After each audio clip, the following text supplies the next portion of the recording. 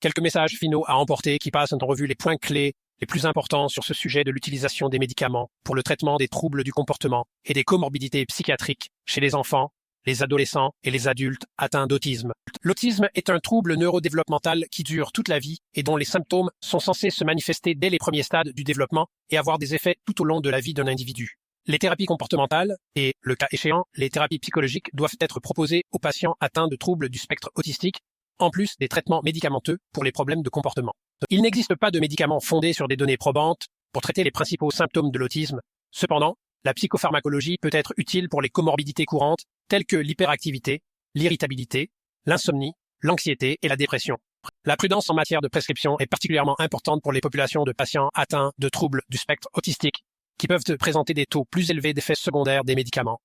Il y a de nombreuses raisons de penser que les patients atteints de troubles du spectre autistique peuvent avoir plus de difficultés à tolérer les médicaments, en particulier les médicaments sérotoninergiques, que les populations neurotypiques. Les psychostimulants peuvent être efficaces pour réduire l'hyperactivité chez les patients atteints de troubles du spectre autistique.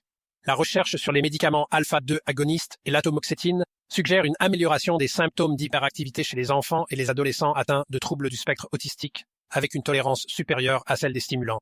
La recherche suggère un certain bénéfice potentiel des ISRS et de la clomipramine dans le traitement des comportements répétitifs chez les adultes atteints de troubles du spectre autistique. Cependant, l'approche du traitement des comportements répétitifs dans les TSA devrait mettre l'accent sur les thérapies comportementales telles que l'analyse comportementale appliquée et l'évaluation des symptômes comorbides tels que l'hyperactivité qui pourraient répondre aux médicaments. La risperidone et l'aripiprazole bénéficient d'une indication de la FDA pour le traitement de l'irritabilité chez les enfants et les adolescents atteints de troubles du spectre autistique. Considérez la ziprasidone parmi les traitements de première intention de l'irritabilité dans les troubles du spectre autistique, à la lumière du risque réduit de prise de poids. De nombreux essais en aveugle contrôlés par placebo sur la mélatonine dans le traitement de l'insomnie chez les personnes atteintes de troubles du spectre autistique attestent de son efficacité et de son excellente tolérabilité. L'ajout de traitements comportementaux, tels que l'analyse comportementale appliquée, lorsqu'elle est disponible, peut réduire le besoin et la dose de médicaments psychotropes. Nous vous remercions de votre attention.